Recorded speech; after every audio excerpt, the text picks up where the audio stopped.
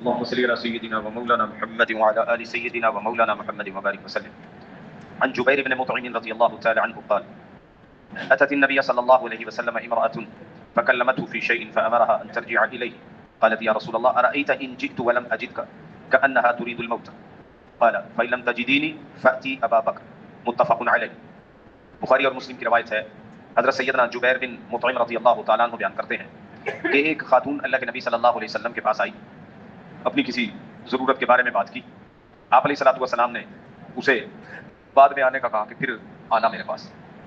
تو اس خاتون نے عرض کیا: اللہ کے نبی بھلائیے تو بتائیے کہ اگر آپ نہ ہوئے تو. میں آئی، آپ نہ ہوئے. اور راوی بیان کرتے ہیں اس نے اشارہ کیا کہ اگر آپ انتقال فرما گئے تب اگر آپ نہ ہوئے تو پھر میں کس سے ملوں؟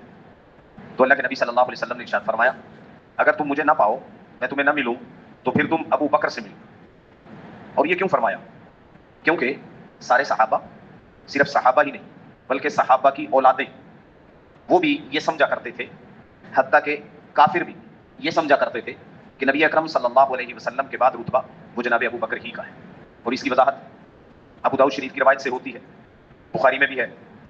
بلکہ بخاری کی روایت خود سیدنا علی رضی اللہ تعالیٰ عنہ کے بیٹے محمد بن الحنفیہ، ان کی دوسری بیوی کے جو بیٹے تھے، وہ کہنے لگے کہ میں نے اپنے والد صاحب سے پوچھا، سیدنا علی سے پوچھا کہ اللہ کے نبی صلی اللہ علیہ وسلم کے بعد ای الناس خیر بعد النبی، نبی اکرم صلی اللہ علیہ وسلم کے بعد سب سے بہترین آدمی کون تھا؟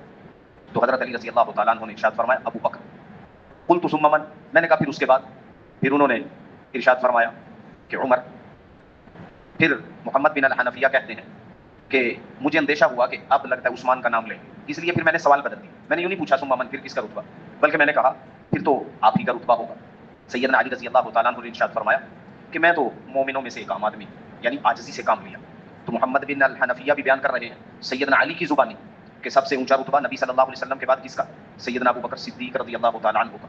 اور حضرت سیدنا عمر رضی اللہ تعالیٰ عنہ کے بیٹے وہ سیدنا ابن عمر رضی اللہ تعالیٰ عنہ، اور یہ روایت بھی بخاری شریف میں ہے.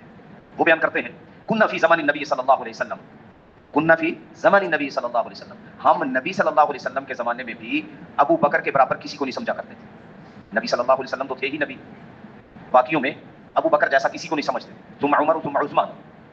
اور ابو داؤد شریف کی روایت میں الفاظ ان کے حضرت ابن عمر کے، وہ کہتے ہیں کہ ہم کہا کرتے تھے، صرف سمجھتے نہیں تھے بلکہ یہ تبصرہ بھی کیا کرتے تھے. نبی صلی اللہ علیہ وسلم جب زندہ تھے، آپ کی موجودگی میں بھی ہمارا یہ تبصرہ ہوتا تھا: افضل امت النبی بعدہ، اللہ کے نبی صلی اللہ علیہ وسلم کی امت میں آپ علیہ الصلوۃ والسلام کے بعد سب سے زیادہ افضل ابو بکر، ثم عمر ثم عثمان. پھر عمر ہے، پھر عثمان ہے. اور یہ گواہیاں کس کی ہیں؟ خلفائے راشدین